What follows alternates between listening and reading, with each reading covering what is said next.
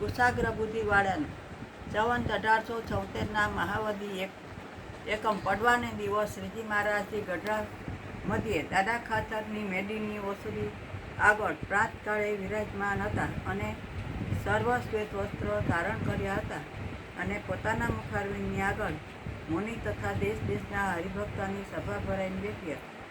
પછી શ્રીજી મહારાજે મુનિ પ્રત્યે એમ પૂછ્યું, જેને કુશાગ્ર બુદ્ધિ હોય તેને બ્રહ્મની પ્રાપ્તિ થાય છે.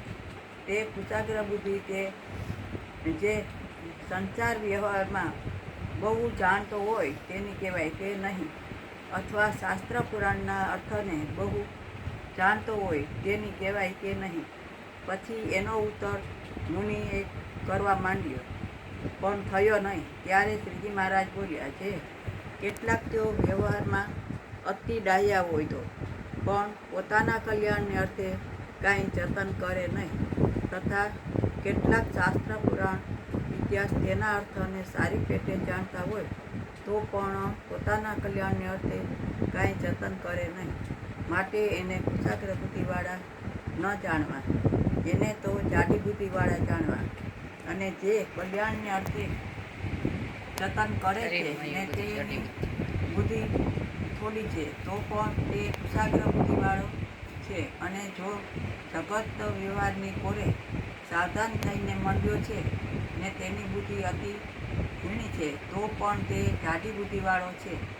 એ ઉપર ભગવદ્ ગીતાનો શ્લોક છે, જે યા નિશા સર્વભૂતાના તસ્યા જાગૃતિ સંયમી યસ્યા જાગૃતિ ભૂતાની નિશા પશ્યેતો મુને. એ શ્લોકનો એમ અર્થ છે, જે ભગવાનનું ભજન કરવું એમાં તો સર્વ જગતના જીવની બુદ્ધિ રાત્રિની પેઠે અંધકારે યુક્ત વર્તે છે, તેતા ભગવાનનું ભજન નથી કરતા. અને જે ભગવાનના ભક્ત છે તે તો ભગવાનના ભજનને વિશે જાગ્યા છે, તેતા નિરંતર ભગવાનનું ભજન કરતા થતા વર્તે છે. અને શબ્દ, સ્પર્શ, રૂપ, રસ અને ગંધ એ જ પંચ વિષય તેને વિશે જીવ માત્રની બુદ્ધિ જાગૃત વર્તે છે.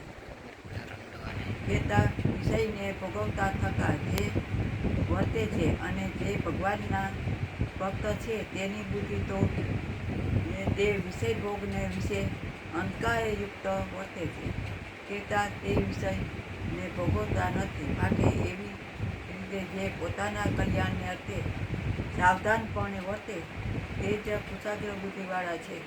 અને તે વિના તો સર્વે મૂર્ખ છે.